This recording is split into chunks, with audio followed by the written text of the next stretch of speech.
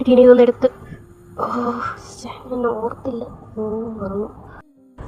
എടാ ജസ്റ്റിനെ, നീ ഇതെന്തോന്നാടി കാണിക്കണേ? അവിടെ പോയില്ലേ? പിന്നെ ഇപ്പോഴും നീ ഏത് ലോകത്തായി ജീവിക്കണേ? എടാ അത് ഞാൻ പെട്ടെന്ന് ഓർത്തില്ല അവൾ ഇവിടെ ഉള്ളത്. ഞാൻ ഓർക്കാതെ പറഞ്ഞത് അവളുണ്ടല്ലോ അടുത്ത് തിരുവല്ലോ എന്ന് ഓർത്ത് ഞാൻ പോയ കാര്യം ഞാൻ പെട്ടെന്ന് വിട്ടുപോയി. അല്ല ഞാൻ ഇപ്പം എടുത്തിട്ട് തരാം. എനിക്ക് മനസ്സിലായി, സാരില്ല, പോട്ടടാ. നീ ഇപ്പോഴും അവളെ മിസ് ചെയ്യുന്നുണ്ടല്ലേ? ശരിയാടാ, കണ്ണിൻ്റെ വില കണ്ണില്ലാത്തപ്പോഴേ മനസ്സിലാവും.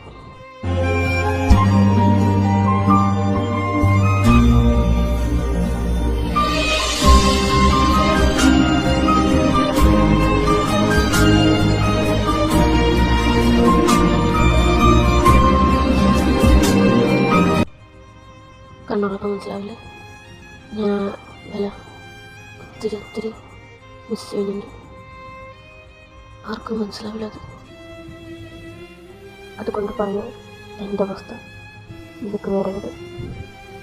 ഈ രണ്ടുപേരായിട്ട് ഒട്ടും കിട്ടിക്കുന്നുണ്ടല്ലോ, അതിലൊരാൾ ഒത്തിരി ഇഷ്ടമാണ്. അതിന് പറയേണ്ട കാര്യമില്ല, നിനക്കറിയാം, നിനക്ക് മനസ്സിലാക്കുന്നുണ്ട്.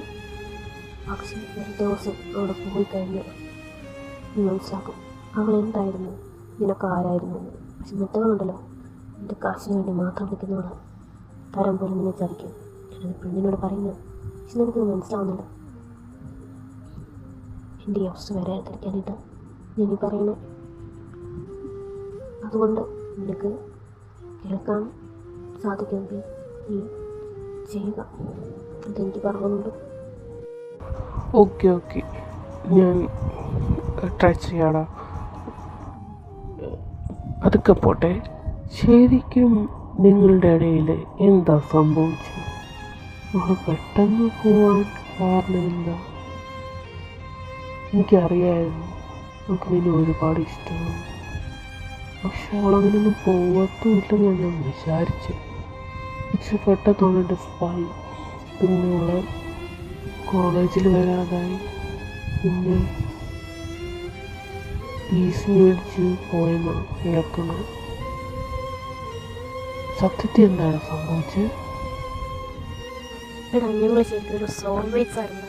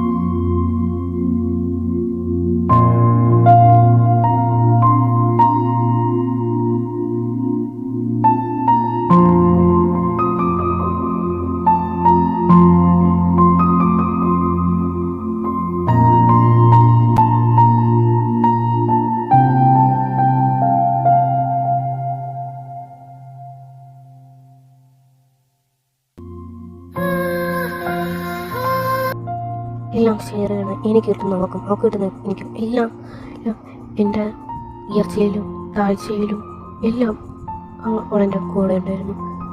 ഞാൻ സാധാരണ ഒരു beat student, just college student. അവളും കോളേജ് സ്റ്റുഡൻറ്റ് തന്നെയാണ്. പക്ഷെ അവൾക്ക് വേണ്ടിയുള്ളത് അവൾ തന്നെ സമ്പാദിക്കുന്നുണ്ട്. അതായത് പാർട്ട് ടൈം ജോലിക്കും ഫുൾ ടൈം ജോലിക്കും പോയി അവൾ തന്നെ ഉണ്ടാക്കുന്നുണ്ട്. അത് വെച്ചാണ് അവൾ പഠിക്കുന്നതൊക്കെ. അതുകൊണ്ട് പോലും എനിക്ക് എന്തൊക്കെ സന്തോഷങ്ങൾ തരാമോ അതെല്ലാം അവൾക്ക് വേണ്ടി അവൾ മാറ്റി വെച്ചിട്ടാണെങ്കിൽ പോലും ഞാൻ ചോദിച്ചാൽ എനിക്ക് തരുമായിരുന്നു. അങ്ങനെ കുറേ നാൾ പോയി. അപ്പോഴാണ് അവൾ ഞങ്ങളുടെ ഇടയിലേക്ക് കയറി വരുന്നത്.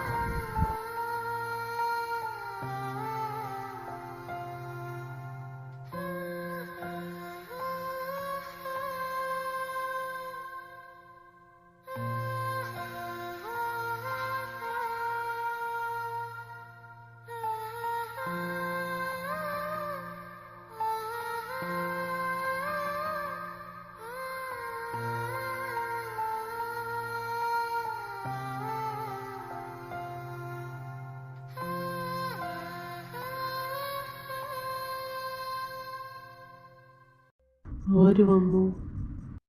അവളെ സെബാസ്റ്റ്യൻ. ആദ്യമൊക്കെ അടിപൊളിയായിട്ട് നല്ല നല്ല നല്ല ഫ്രണ്ട്സായിട്ട് നിങ്ങൾ മൂന്ന് പേരും. പിന്നെ സെലിൻ എന്തൊക്കെയൊക്കെ ഒരു മാറ്റങ്ങൾ വരാൻ തുടങ്ങി. അവൾ എന്നെ മാത്രം സപ്പോർട്ട് ചെയ്യുന്നു, കെയർ ചെയ്യുന്നു. ടീനേജ് തൊട്ട് നമുക്ക് എന്തോ ഹേറ്റഡ് ആയിട്ടുള്ളൊരു രീതിയാണ് നമുക്ക് അവളോട് കാണിച്ചിട്ടുള്ളത്. എന്താണെന്ന് എനിക്കറിഞ്ഞൂടാ. പിന്നെ പതിയെ എന്താണെന്ന് അറിഞ്ഞൂടാ. ഇതിൻ്റെ പ്രശ്നങ്ങളുണ്ടാവുകയാണ്. പക്ഷെ ഇതെല്ലാം അവിടെ പോയി കഴിഞ്ഞപ്പോഴാണ് എനിക്ക് മനസ്സിലായത് ഈ കുത്തിത്തിരിപ്പെല്ലാം ഉണ്ടാക്കിയത് സെലിനാണ്. എന്നിട്ട് ഞാട്ടൊന്നും മനസ്സിലായില്ലടാ. അതൊക്കെ സോളിനെ വിളിച്ചു. എനിക്ക് ഇങ്ങനെ കാണണമെന്നൊക്കെ പറഞ്ഞു. ഞാൻ കാണാമെന്നൊക്കെ തോന്നി. സംസാരിച്ചുകൊണ്ടിരുന്നതാണ് ഇങ്ങനെ ഇഷ്ടമാണ്. എന്നിട്ട് ഞാൻ എന്നോട് പറഞ്ഞു, സെലിൻ പറഞ്ഞ കാര്യമൊക്കെ പറഞ്ഞു. അവളെന്നെ പ്രപ്പോസ് ചെയ്തു എന്നൊക്കെ പറഞ്ഞപ്പോൾ അവളെന്നോട് പറഞ്ഞത്, നിൻ്റെ സന്തോഷം എന്താണോ, നിനക്കെന്താണോ ഇഷ്ടം അത് നീ ചെയ്യണം. നിനക്ക് അവളെ ഇഷ്ടമാണെങ്കിൽ നീ അവളെ വെച്ചിട്ട്, ഇല്ലെങ്കിൽ എല്ലാം നിൻ്റെ ഇഷ്ടം അതുപോലെ ചെയ്യും. മറ്റുള്ളവർ പറയുന്നത് കണക്കിന് നീ ചെയ്യരുത്. അത് മാത്രമേ എനിക്ക് പറയാനുള്ളൂ അവൾ പറഞ്ഞത്. ജോൺസണിനെ അക്സെപ്റ്റ് ചെയ്തു. അത് കഴിഞ്ഞപ്പോഴത്തെ അവൾ ഭയങ്കരമായിട്ട് ടീനോട് റൂഡായിട്ട് പെരുമാറുന്നു. എനിക്ക് സഹിക്കാൻ പറ്റില്ല. എന്നിട്ട് ഞാനൊന്നും മിണ്ടാറില്ലായിരുന്നു. ഞങ്ങളുടെ ഇടയിൽ അവൾ കുത്തിത്തിരിപ്പുണ്ടാക്കിക്കൊണ്ടേയിരുന്നു. പക്ഷെ ഞാനിതൊന്നും മനസ്സിലാക്കിയില്ല. ടീന എന്നോട് ഇതൊന്നും പറഞ്ഞതുമില്ല. ഞങ്ങളുടെ റിലേഷൻ ബ്രേക്കപ്പ് ആവാതിരിക്കാൻ വേണ്ടി അവളെല്ലാം സഹിച്ചു. ഏറ്റവും അവസാനം ഒരു വലിയ പ്രോബ്ലം ഉണ്ടാക്കി അവൾ. അതിൽ ഞാൻ അവളെ ടീനമ്മേനെ തള്ളി പറഞ്ഞതാ. അതാ അവൾക്ക് സഹിക്കാൻ പറ്റാതിരുന്നത്. അതാ അവൾ എന്നിൽ നിന്നും പോയത്. എനിക്ക് കാരണം കണ്ടാൽ മതിയോ, ഇതൊന്നും വേണ്ട. അവസാനം എന്താ നടന്നത്? ഇല്ല മേടിച്ച് പറഞ്ഞത് ചെയ്ത് കൊടുത്ത് ഐഫോൺ ഇവിടെന്ന് പറഞ്ഞു. എനിക്കറിയാമല്ലോ എൻ്റെ കയ്യിൽ അതിനുള്ള പൈസ വേണ്ടി. കോളേജിൽ അടയ്ക്കാൻ പോലുള്ള പൈസ ഞാൻ എങ്ങനെ ഉണ്ടാക്കുന്നുണ്ടെന്ന് നിനക്കറിയാമല്ലോ. അപ്പോഴവൾക്ക് ഐഫോൺ വേണം. ഞാൻ ഇങ്ങനെ ഉണ്ടാക്കാനാടാ. അതിൻ്റെ പേരിൽ അവളെ നീന്താനും ടോർച്ചറും ഭയങ്കരമായിട്ട് ഫ്രസ്ട്രേറ്റഡ് ആക്കിക്കൊണ്ടിരിക്കുകയാണ്. അപ്പോഴും പുതിയൊരുത്തൻ ഇവിടെ ന്യൂ ജോയിനായിട്ട് വരുന്നത്. അവനോട് കമ്പനിയാവുന്നത് നിൽക്കും. അവളവനോട് ഇതെല്ലാം പറഞ്ഞപ്പോൾ അവൾക്ക് ഒരു ഐഫോണിൻ്റെ ന്യൂ വേർഷൻ തന്നെ മേടിച്ചു കൊടുത്തു. അപ്പോൾ അവൾക്ക് തോന്നിക്കാണും ഞാൻ പൊട്ടനാണെന്ന്. ആണെന്നല്ല, ആണ്. അങ്ങനെ അവളെന്നെ ബ്രേക്കപ്പ് ആക്കിയിട്ട് പോയി. പൈസ ഇല്ല എന്നൊക്കെ പറഞ്ഞ് അപമാനിച്ച് എല്ലാവരുടെയും മുന്നിൽ. അവള് പോകാൻ വേണ്ടി അവളെന്നെ ഉണ്ടാക്കി വെച്ച പ്രശ്നം. നീ അത്രമാത്രം അവളെ കുറ്റപ്പെടുത്താൻ എന്താ അവള് ചെയ്തത്? സത്യത്തിൽ ഈ സെലിനും ഗ്യാങ്ങും കൂടെ ഒരുക്കിയ പ്ലാനിൽ നമ്മുടെ ടീന ചെന്ന് പെട്ടുപോയതാണ്. പക്ഷെ അത് ചെയ്തു വന്നപ്പോഴത്തേക്കും ടീനയുടെ പ്ലാനായിരുന്നു എന്നും ടീനയാണ് അത് ചെയ്തതെന്നും ഫുൾ എവിഡൻസും അവരുണ്ടാക്കിയിട്ടുണ്ടായിരുന്നു. അപ്പോൾ ഞാൻ വിഷ്വലും സീനും ഏറ്റവും കണ്ടപ്പോൾ ഞാൻ തെറ്റിദ്ധരിച്ച് പോയടാ. ഞാൻ അവരോട് ഒത്തിരി തള്ളി പറഞ്ഞത്, നാണം കെട്ടതോ, എല്ലാവരുടെ മുന്നിൽ പരിഹസിക്കപ്പെട്ടതോ അപമാനിച്ചോ ഒന്നുമില്ലായിരുന്നു എൻ്റെ പ്രശ്നം. അവൾ വിചാരിച്ചിരുന്നു ഞാനെങ്കിലും അവളെ വിശ്വസിക്കുമെന്ന്. പക്ഷെ അതെല്ലാം തെറ്റിയെന്ന് നമുക്ക് അപ്പോൾ ആ ടൈമിലാണ് മനസ്സിലായത്. ആരും വിശ്വസിച്ചില്ല. കൂടെ നിൽക്കുമെന്ന് കരുതി ഞാൻ പോലും വിശ്വസിച്ചില്ലെന്ന് കണ്ടപ്പോൾ അവളെങ്ങനെയാണ് സഹിക്കുക? ജസ്വിനെ, ഇങ്ങനെ നീ ട്രസ്റ്റ് ആവില്ലടാ. നിങ്ങൾക്ക് സഹിക്കാൻ പറ്റുന്നില്ലടാ. നമുക്ക് ടീനേനെ കണ്ടുപിടിക്കാം. ഏത് സ്ഥലത്താണേലും നമുക്ക് കണ്ടുപിടിക്കാടാ. നീ ഇതിൽ നിന്നും റിക്കവറാവടാ. ഇപ്പം തന്നെ എത്ര നാളായെന്നും പറഞ്ഞ് വിശ്വസിച്ചിരുന്നിട്ടോ സങ്കടപ്പെട്ടിട്ടോ നല്ല കാര്യമുണ്ടോ? സംഭവിക്കാനുള്ളതെല്ലാം സംഭവിച്ചു. നമുക്ക് ടീനേനെ കണ്ടുപിടിച്ച് സോറി പറഞ്ഞ് പഴയ പോലെ ആയിരിക്കും ശ്രമിക്കാം. പഴയതുപോലെ തോന്നുന്നു. ഒന്ന് വാടാവുന്നു പ്ലീസ്. കഴിഞ്ഞ ദിവസം ഉണ്ടായ സംഭവമാണ്. പക്ഷെ അത് കുറേ ആയി അങ്ങനെ ഒരു ഇതുണ്ടാവാൻ തുടങ്ങിയിട്ട്. ഒരു പുള്ളിയുടെ ഫോളോ ഉണ്ട്. ഞാൻ കഴിഞ്ഞ ദിവസം അത് കുറച്ചും കൂടി കറക്റ്റായിട്ട് ശ്രദ്ധിച്ചത്. എന്താണെന്ന് പറഞ്ഞൂടാ, ഞാൻ ബാങ്കിൽ പോയി, പള്ളിയിൽ പോയി, കോളേജിൽ പോകേണ്ട ആവശ്യമുണ്ടായിരുന്നു, കോളേജിൽ പോയി, വീട്ടിൽ പോയി, ഇപ്പോൾ വീടിൻ്റെ പരിസരത്ത്, കോളേജിൻ്റെ സ്ഥലത്ത്, പിന്നെ പള്ളിയിൽ, പിന്നെ ബാങ്കിൽ, ഞാൻ പോകുന്ന സ്ഥലത്തുണ്ടോ. അപ്പോൾ ഞാൻ വിചാരിച്ച സ്റ്റോക്കിൽ കഴിക്കുന്നത് അയാളുടെ ചെന്ന് ചൂടായി. ഒന്നത് വട്ടി പിടിച്ചിരിക്കുന്ന ടൈമാണ്. അപ്പോൾ ഇങ്ങനെ കൂടെ കാണിച്ചപ്പോൾ എനിക്ക് ഞാൻ പൊളിഞ്ഞ് ഞാൻ കയറി ചൂടായി. അപ്പം എന്താ അയാൾ പറഞ്ഞു കേട്ടപ്പോഴത്തേക്കും ഞാൻ വിചാരിച്ചു എല്ലാം വേണ്ട, പൊട്ടത്തരം പറഞ്ഞ് എന്നെ പറ്റിക്കാൻ നോക്കുന്നതായിരിക്കും. ആരെങ്കിലും പറഞ്ഞാണ് പൊട്ടത്തരം പറഞ്ഞു പറഞ്ഞാൽ എന്നെ വിശ്വസിക്കുന്ന ആളായിരിക്കും. അതുകൊണ്ട് ഞാൻ കുറച്ച് ചൂടായി കഴിഞ്ഞപ്പോഴത്തേക്കിന് എൻ്റെ അച്ഛനെ വിളിച്ചു തന്നടാ. അപ്പോൾ ഞങ്ങളെ വിട്ട് പോയതായിരുന്നടാ, എനിക്കറിയാവുന്നില്ല കാര്യങ്ങളൊക്കെ. അപ്പം അച്ഛൻ ഒരു ബില്യണറാണ്. അപ്പോൾ ഇനി മുതൽ ഞാൻ അവിടുത്തെ അനന്തരാവകാശിയാണല്ലോ. അപ്പം തീരെ വയ്യാമെന്നും അച്ഛൻ എന്നെ കാണണമെന്നും ഞാൻ പറഞ്ഞു കാണണമെന്ന് പറഞ്ഞു. പിന്നെ എൻ്റെ പേരിലെല്ലാം എഴുതി വെച്ചിരിക്കുവാന്ന്, നീ സാധാരണ ഒരു കോളേജ് സ്റ്റുഡൻ്റ് അല്ലെന്ന്, ഇനി മുതൽ ജസ്വിൻ വലിയ പറമ്പിലാണെന്നും ഒക്കെ എന്നോട് പറഞ്ഞു. ആ രീതിയിലായിരിക്കണം നിൻ്റെ സ്റ്റാൻഡേർഡും നിൻ്റെ ഡ്രസ്സിങ്ങും ഓരോരുത്തരോടുള്ള പെരുമാറ്റവും എല്ലാം എന്ന് പറഞ്ഞു. ഷോക്കായി പോയടാ. വന്നത് അച്ഛൻ്റെ PA ആണ്. അച്ഛന് വയ്യാത്തതുകൊണ്ട് ഞാനാണ് ഈ മുതൽ കമ്പനിയും എന്തൊക്കെ എൻ്റർപ്രൈസസ് ഉണ്ടോ അതെല്ലാം നോക്കി നടത്തുന്നത്, ഏറ്റെടുക്കേണ്ടത് കണ്ടറിഞ്ഞ് നടത്തേണ്ടതല്ല ഞാനാണ്. ഏടാ സെയിം വിളിക്കുന്നു. എന്തോ ഹലോ, ഇത് ജസ്വിനല്ലേ? ഞാൻ വിളിച്ചത് വേറെന്തൊരു നിന്നുമായിട്ട് സൗഹൃദമോ വേറെ ഒന്നും പുതുക്കാനോ നിലനിർത്താൻ പറയണോ ഒന്നുമല്ല. നമ്മുടെ കോളേജിൽ ഒരു റീയൂണിയൻ വെച്ചിട്ടുണ്ട്. അപ്പം നമ്മുടെ ഫ്രണ്ട്സും ഒക്കെ വരും. അപ്പം നിങ്ങളെല്ലാവരും വരണം. എൻ്റെ നമ്പർ മാത്രമേ ഉണ്ടായിരുന്നുള്ളൂ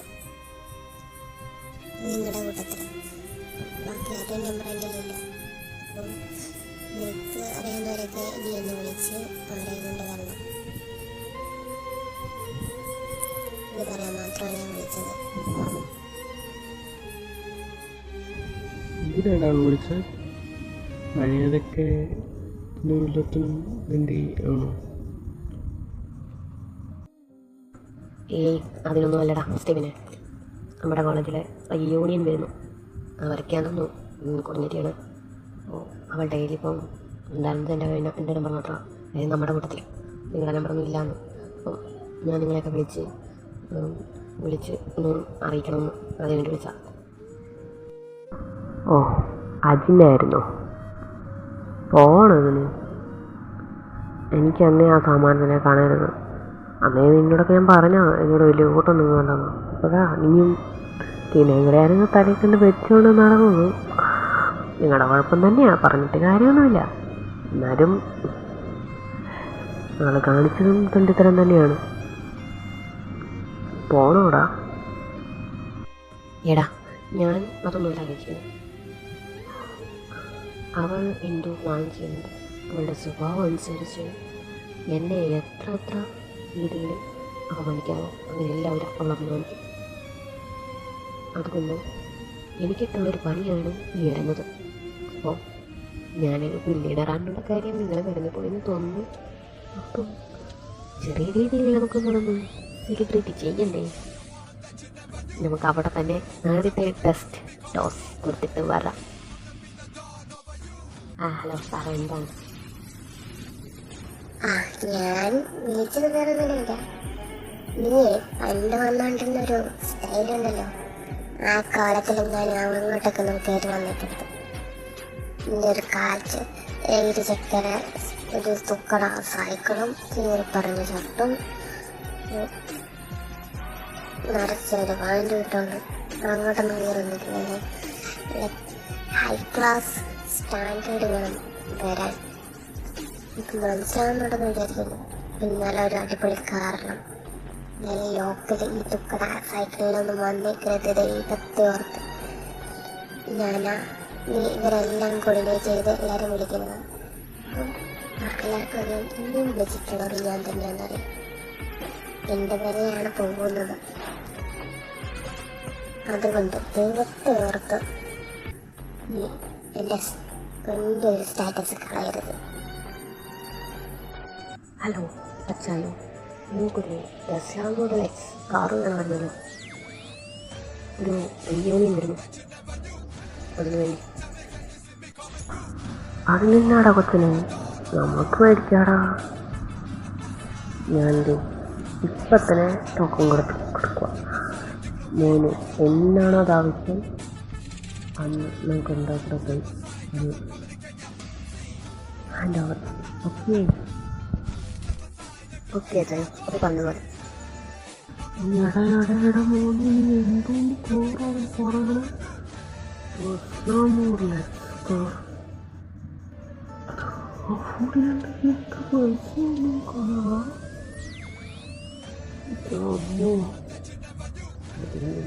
തൊടാൻ പോകുന്ന രീതികളുണ്ടെന്ന് എനിക്ക് തോന്നുന്നില്ല. ഞാൻ മേടിക്കാൻ പോണത് ഞാനിപ്പോൾ പണ്ടത്തെ ആപ്പ് ഇപ്പം ലോക്കലെടുക്കും ചെസ്സൊന്നുമില്ല. എനിക്ക് ബില്യനാണ്. നല്ലൊരു ചെസ്സിനെ അവള് ടീനേനെ വിളിച്ചിട്ടുണ്ടായിരിക്കത്തില്ലേ, നമ്മുടെ കോളേജിലെ നമ്മുടെ ക്ലാസ്സിൻ്റെ റീയൂണിയനല്ലേ. അവളും നമ്മുടെ ക്ലാസ്സിൽ തന്നെ ഉള്ളതല്ലായിരുന്നു, അവളെയും വിളിച്ചിട്ടുണ്ടായിരിക്കത്തില്ലേ. അപ്പോൾ അവൾ വരാൻ ചാൻസ് ഉണ്ടല്ലോ, അതിനൊക്കെ അവളെ കാണാമല്ലോ. അതാ അത് നടക്കാനൊട്ടും ചാൻസ് ഇല്ല. കാരണം ടീനോടെ വിളിച്ചാൽ വരാനും പോകുന്നില്ല, ടീനേനെ അവിടെ വിളിക്കാനും പോകുന്നില്ല. ഇത് രണ്ടും നടക്കത്തില്ല. അതുകൊണ്ട് അതൊരു പാഴ് സ്വപ്നം മാത്രമാണ്.